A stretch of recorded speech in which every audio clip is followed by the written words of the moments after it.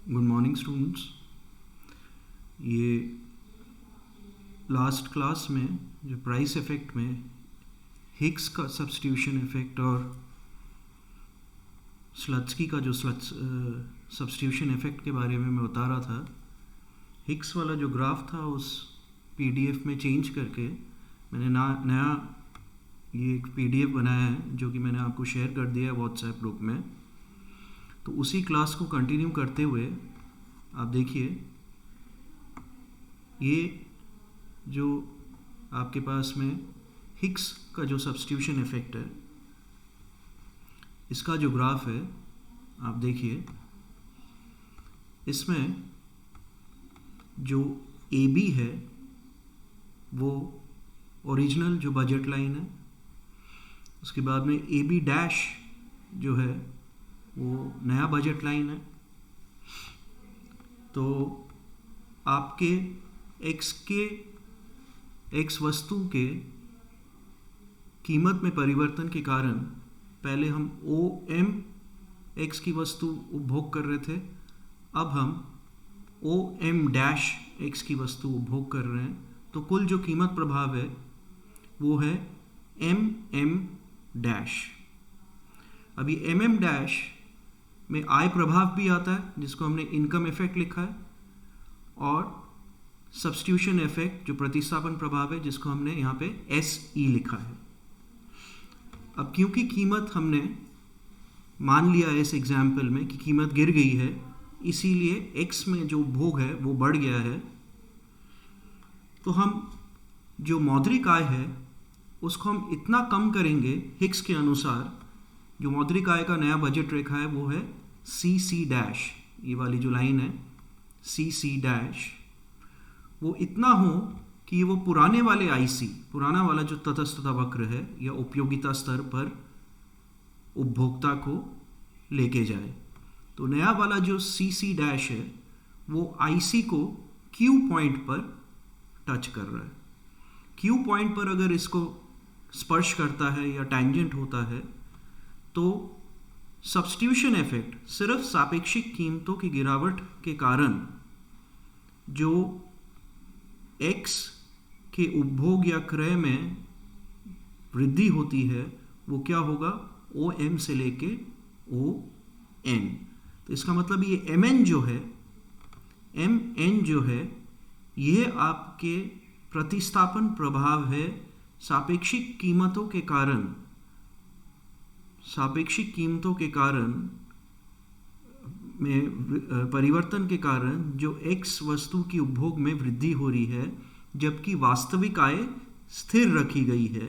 तो ये प्रतिस्थापन प्रभाव किस केस में है, ये हिग्स के केस में। हिग्स के केस में क्या है, जो IC1 था जिसमें ओरिजिनली आपके शुरुआत में साम्य की बिंदु क्या थी, P पॉइंट पे ओ एम एक्स की आप उपभोग कर रहे थे।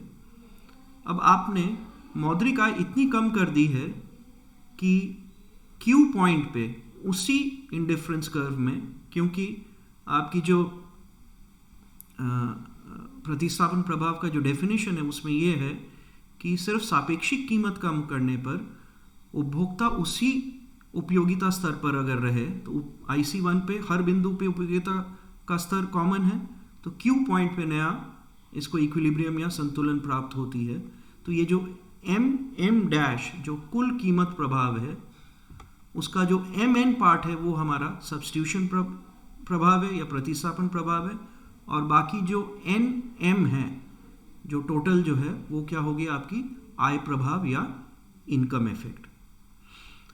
इसको आप कंपेयर करेंगे सब्स्टिट्यूशन इफेक्ट से, तो आपको मालूम पड़ जाएगा कि क्या डिफरेंस है। सब्स्टिट्यूशन इफेक्ट किसने दिया था, आपके स्लत्स्की ने। स्लत्स्की का ये कहना है, इससे आपको हिग्स वाला भी एक्सप्लेनेशन समझ में आ जाएगा। स्लत्स्की का ये कहना है कि जब आप आय की क्षतिपूर्ति करते हैं तो हिग्स के अनुसार उपभोक्ता अपने पुराने उपयोगिता स्तर पर ही उपभोग करेगा, इतनी हम क्षतिपूर्ति करते हैं। परंतु आपको मालूम है ये वस्तुपरक ये वस्तुपरक अवधारणा नहीं है आईसी। इसमें हम सिर्फ आईसीज को रैंक कर सकते हैं। एक आईसी या तटस्थता वक्र ऊपर कितना उपयोगिता होता है ये भी नहीं मालूम होता है। तो स्लचकी के अनुसार क्योंकि ये तटस्थता वक्र थोड़ी बहुत काल्पनिक या व्यक्तिगत चीज़ है, तो कितनी मौद्रिक आय कम करें कि उपभोक्ता अपनी पुराने तटस्थता वक्र पर ही उपभोग कर पाए, इसकी जानकारी प्राप्त करना मुश्किल होता है।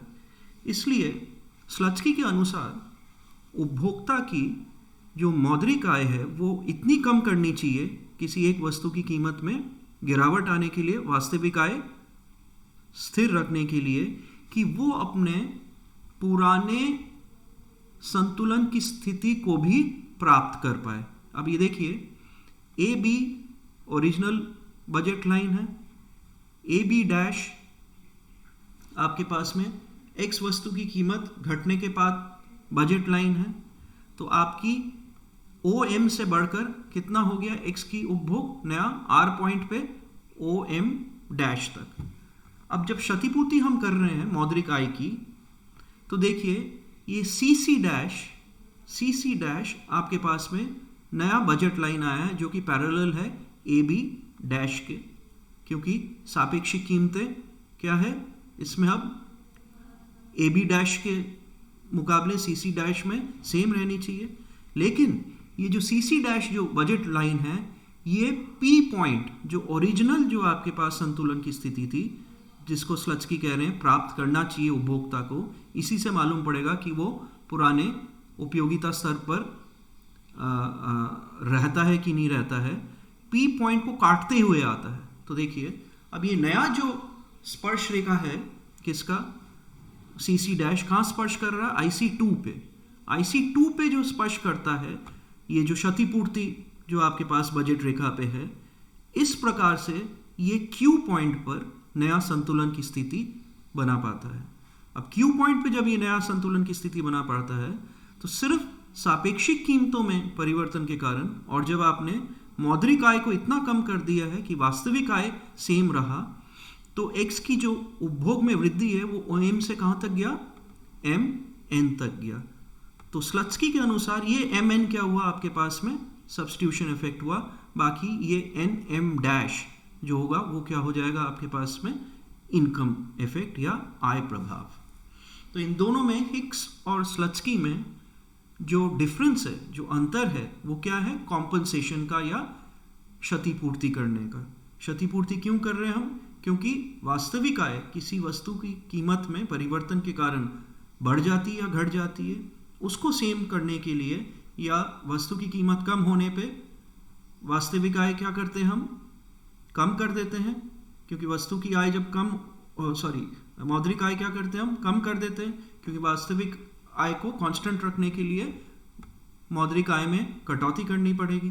जब किसी की कीमत बढ़ जाती किसी वस्तु की, तो आपकी वास्तविक आय सेम रखने के लिए मौद्रिक आय को हमें बढ़ाना पड़ता है।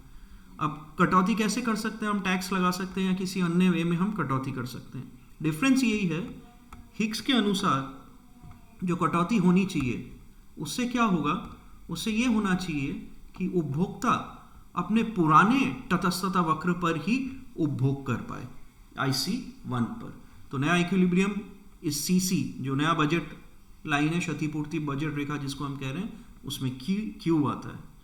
लेकिन स्लचकी के अनुसार ये जानकारी प्राप्त करना थोड़ा सा मुश्किल हो जाता है कि पुराना जो आपके पास उपयोगिता स्तर वो क्या है। तो हमने इसमें क्या डिफरेंस लाया, स्लचकी ने क्या बताया कि वो उस पॉइंट को छूता हुआ जाना चाहिए बजट रेखा जिस पर वो पूर्व में संतुलन की स्थिति में था, मतलब वो पूर्व के संयोग जो x और y वस्तु की जो संयोग है उसको वो उपभोग कर पाए। इस कारण साधारणतः ये देखा जाता है जो सब्स्टिट्यूशन इफेक्ट होता है या प्रतिस्थापन प्रभाव होता है, स्लचकी के केस में हिक्स की तुलना में अधिक होता है। कुल प्राइस इफेक्ट तो सेम ही होगा, जो कीमत प्रभाव होगा वो तो सेम होगा, लेकिन जो पार्ट है किसका, प्राइस इफेक्ट का, जो कि सब्स्टिट्यूशन इफेक्ट द्वारा समझाया जा सकता है, वो सब्स्टिट्यूशन इफेक्ट क्षतिपूर्ति जिस प्रकार से की जाती है स्लचकी के केस में सब्स्टिट्यूशन इफेक्ट हिग्स की तुलना में थोड़ी सी अधिक पाई जाती है। तो ये जो प्राइस इफेक्ट है इसको मैंने 2 भागों में बांटना पड़ा मेरे को, क्योंकि सुबह वो यूट्यूब भी रिकॉर्डिंग भी बंद हो गया था, प्लस ये हिग्स वाला जो आपके पास में ग्राफ है इसको थोड़ा सा चेंज करना पड़ा पुराने पीडीएफ से। तो आप इस वाले पीडीएफ को कंसल्ट करेंगे जब आपको प्राइस इफेक्ट की जो सब्स्टिट्यूशन इफेक्ट का जो भाग है वो हिग्स और स्लचकी के बीच में जो अंतर है उसको समझने के लिए ये वाला आप यूज़ करेंगे आपका जो पीडीएफ फाइल है। तो देखिए स्टूडेंट्स, इसके बाद में थोड़ा सा इसी का एक्सटेंशन हम पढ़ेंगे नेक्स्ट क्लास में कि प्राइस कंजम्पशन कर्व और इनकम कंजम्पशन कर्व, और प्राइस कंजम्पशन कर्व से जो डिमांड कर्व की डेरिवेशन होता है। इससे आपके इस वाला चैप्टर यहीं पे ख़त्म होगा और नेक्स्ट आपको डिमांड एंड इलास्टिसिटी से मैं आपकी चर्चा कंटिन्यू रखूँगा। तब तक के लिए थैंक यू।